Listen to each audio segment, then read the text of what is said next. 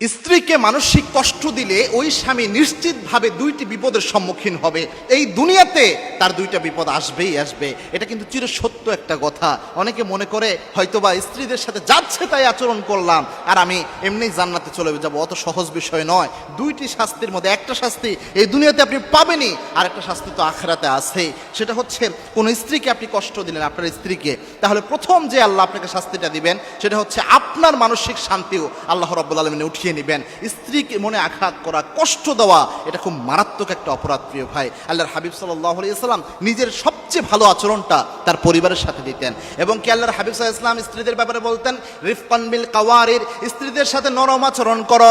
মা আয়েশা বলতেন আল্লাহর হাবিব সাল্লাল্লাহু আলাইহি ওয়াসাল্লাম বাহিরে যতই ক্রাইসিস মোমেন্ট পার করুক না কেন, আল্লাহর হাবিব যখন ঘরের পরিবেশে আসতেন আমাদের মনে হতো জান্নাতের সুশীতল বাতাস ঘরের দিকে প্রবাহিত হচ্ছে।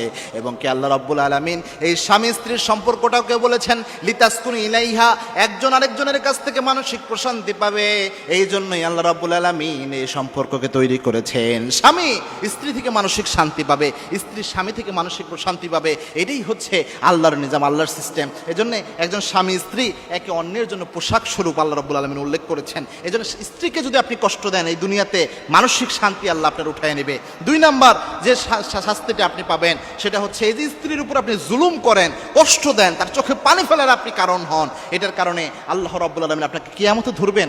স্ত্রীর প্রতিটি চোখের পানির ফোঁটা এটার হিসাব আল্লাহ রাব্বুল আলামিন in the day of judgment নেবেন। এটা খুব মারাত্মক একটা বিষয়। এবং কি স্ত্রীর উপর যদি জুলুম করা হয়, আজ জুলমু জুলমাতুন ইয়াউমাল কিয়ামা, এই জুলুমটাও কিয়ামতের দিন আপনার জন্য অন্ধকার হয়ে